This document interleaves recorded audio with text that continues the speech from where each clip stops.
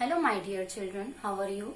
In my last video I have explained this lesson for Chand ka kurta. In this lesson I have explained to you some hard words. Today I am going to explain you this poem.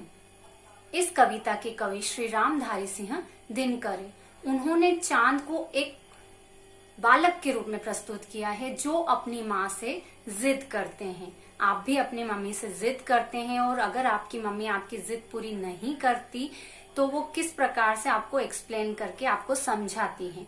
ऐसे ही यहाँ चांद ऐसी जिद कर बैठता है जो उनकी माँ पूरी नहीं कर सकती और वो उन्हें किस प्रकार से एक्सप्लेन करती है। चलो स्टार्ट करते हैं। अपनी अपनी फिंगर रखना, जहां मैं रीड करूंगी आप भी अपनी फिंगर रख के उस पे समझना। हट कर बैठा चांद एक दिन माता से यह बोला, सिलवा दो माँ मुझे उनका मोटा एक झिंगोला। झिंगोले का अर्थ होता है ढीला ढाला वस्त्र। चांद अपनी माँ से जिद कर बैठता है कि माँ मुझे एक ऊन का ढीला ढाला वस्त्र सिलवा दो।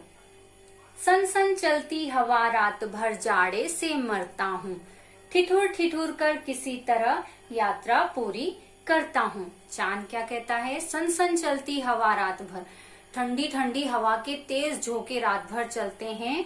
ठिठुर ठिठुर कर किसी तरह यात्रा पूरी करता हूँ। वो आसमान में यात्रा कर रहे हैं और वो बहुत ठंड से कांप रहे हैं। ठिठुरना मतलब कांपना। आसमान का सफर और यह मौसम जाड़े का, न हो अगर तो ला दो कुर्ता ही कोई भाड़े का। आसमान में वो सफर कर रहे हैं इस ठंड के मौसम में।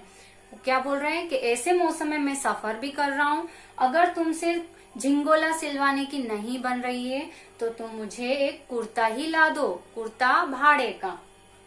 बच्चे की सुन बात कहा माता ने, अरे सलोने कुशल करे भगवान लगे न तुझको जादू टोने। जब आप अपनी मम्मी से जिद करते हैं, आपकी जिद उन्हें बहुत अच्छी लगती है पर वो आपको लाड प्यार से समझाने की कोशिश करती हैं, तो वो सबसे पहले आपको बहुत अच्छे शब्दों का इस्तेमाल करके आपको समझाती है। यहाँ चांद को भी उनकी माँ जब समझा रही है तो क्या बोल रही है? अरे सलोने, अरे सुंदर सलोने, भगवान तुझे किसी की नजर न लगे, तुझ पर जादू टोने कोई न कर सके। जाड़े की तो बात ठीक है पर मैं तो डरती हूँ, एक नाप में कभी नहीं मैं तुझको देखा करती हूँ। चांद को उनकी माता कैसे समझाती है कि जाड़े की तो, ठंड की तो बात ठीक है, वहां तक तो ठीक है, पर मुझे तो एक बात से डर लगता है कि कभी भी तू एक नाप में तो मुझे दिखाई नहीं देता है।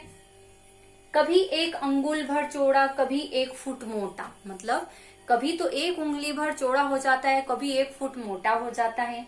बड़ा किसी दिन हो जाता है और किसी दिन छोटा। किसी दिन तो तू काफी बड़ा दिखाई देता है और किसी दिन बहुत छोटा रूप ले लेता है।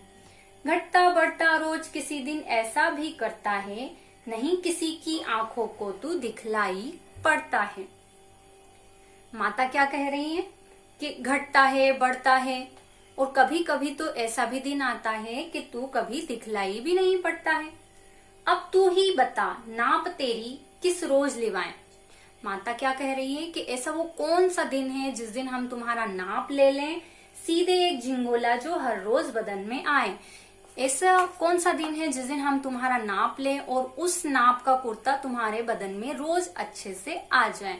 तो यहाँ चांद अपनी माँ से जिद करते हैं और उनकी जिद पूरी नहीं कर सकती उनकी माँ, क्योंकि चांद कभी एक आकृति में तो रहता नहीं है।